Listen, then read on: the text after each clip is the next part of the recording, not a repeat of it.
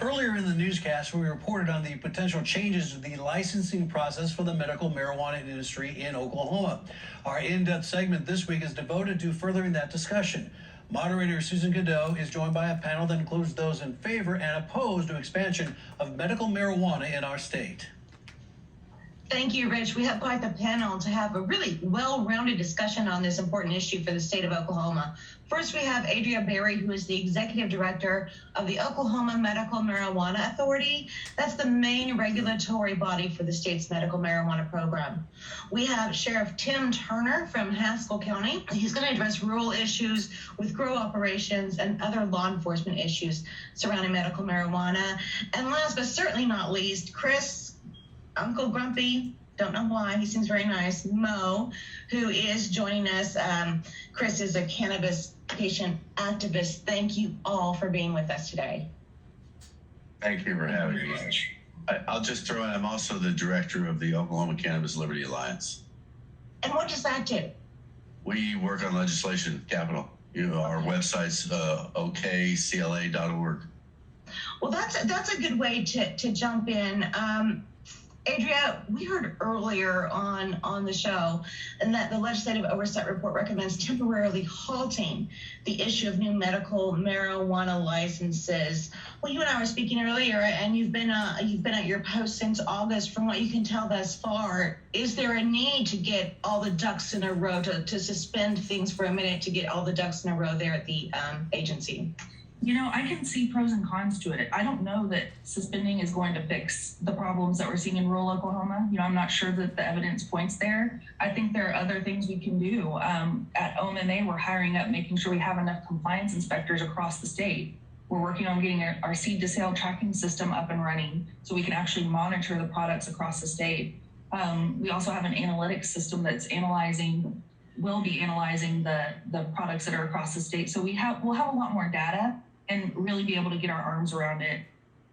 Chris, I want to get your take on the issues. I don't know if you heard the governor's State of the State address and his comments on the marijuana businesses here in Oklahoma, but what are your thoughts about what I just spoke to Adria about suspending issuing new licenses until ducks are in order? Well, along with Adria Berry, who, by the way, is doing a great job as the new head of OMA, I also am not quite sure if a pause is the solution. We are so far down the road now. What we needed was the canopy limits that we tried to put in the Unity bill. And on top of that— I'm going to stop you right there. What are canopy limits? Canopy limits would be the size of a grow. Okay, so say you have 10,000 square feet, you can fit this many plants in that many thousands of square feet. Canopy limits is something we wanted at the beginning. There was some fight for that. In my opinion, the problem started when we didn't have a special session. We didn't set canopy limits, along with a limited number of grow licenses a person could own. And so that's part of how we've ended up where we are. Had we not gone that 8 months with no rules, then, and we would set the canopy limits before this got started, then everybody wouldn't have already built out. And folks came from out of state to set up shop, right, Sheriff? And so now you're kind of seeing kind of front row seat to kind of some of the fallout or consequences of not having everything in place before everyone was allowed to come in and set up shop. Is that correct? Yeah, that's very true. So what we see, especially in the rural side of Oklahoma, is that we have rules that are set out by OMMA, but those rules don't follow state statute. And we have folks coming from Colorado, Oregon, Washington, California, all purchasing land, building grows, and then those licenses are in basically a straw person's name because they don't have the 2-year residency to start their grow. You know, when we talk about suspending the license, does that really fix the problem?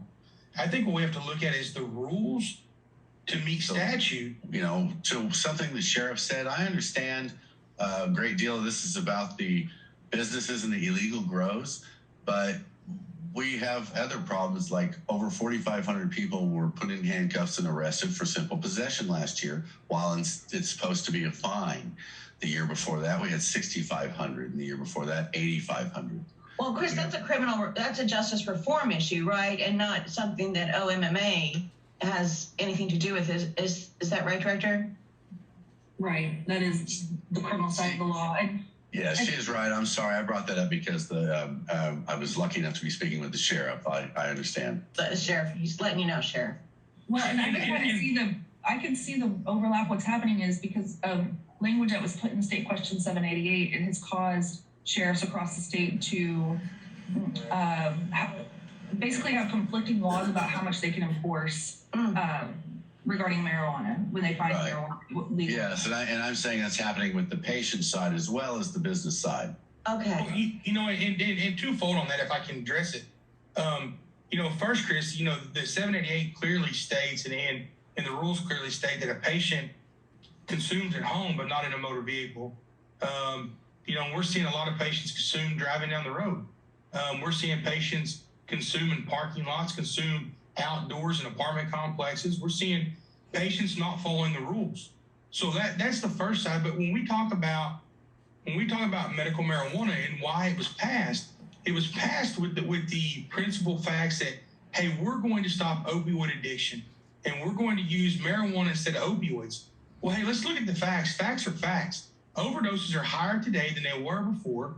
And what we have patients doing, we have patients who have medical prescriptions.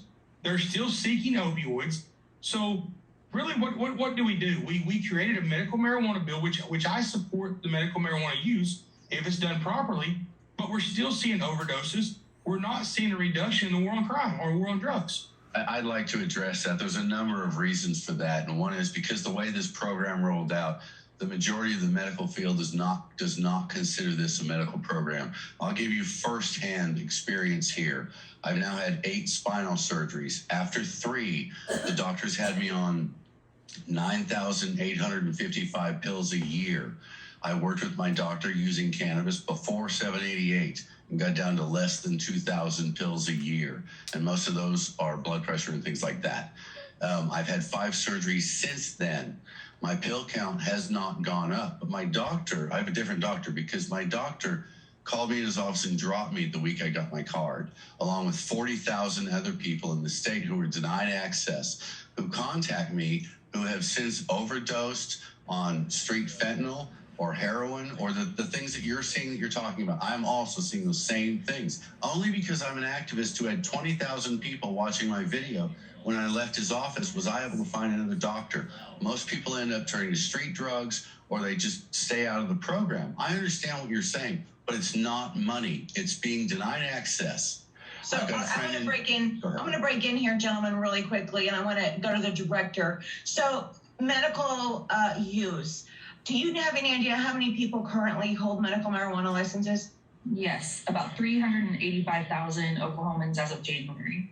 Do you know percentage-wise how that compares with other states who have legalized marijuana use? Other states that have really specific, narrowly run medical programs require specific medical conditions to get that card. Okay. Our state does not require that. You can pretty much, find a doctor that will allow you to apply for a medical marijuana card if you ask for one. So, not an everyday doctor. That's the thing. These are specific doctors that set up after 788 to visit with patients online, especially, and give recommendations for marijuana. But most states do have a much smaller population of medical card holders. I think the next highest would be 5% in New Mexico. And ours is the highest one. Are we even higher than Colorado?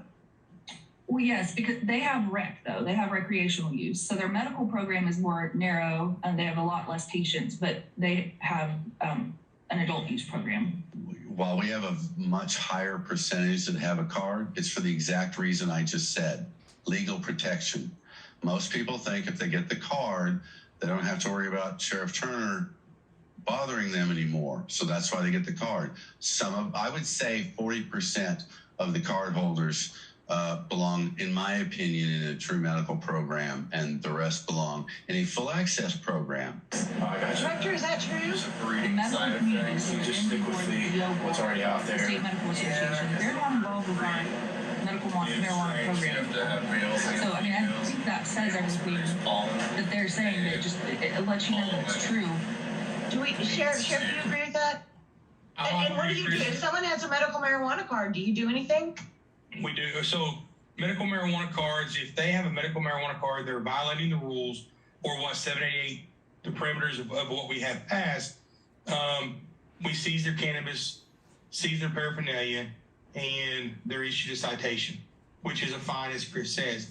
If you are violating state statute and you don't have a medical marijuana card and you're still using marijuana, then it's officer discretion. They either get a citation or they go to jail. We also fall in a weird situation in Haskell County that we fall within the Choctaw Nation, which falls under McGirt, where marijuana is still illegal on a reservation and illegal federally. So we fall within those guidelines as well. Director, I want to stay with you for a second and ask you, are you able to coordinate with other state agencies who deal with issues surrounding marijuana use? Yes.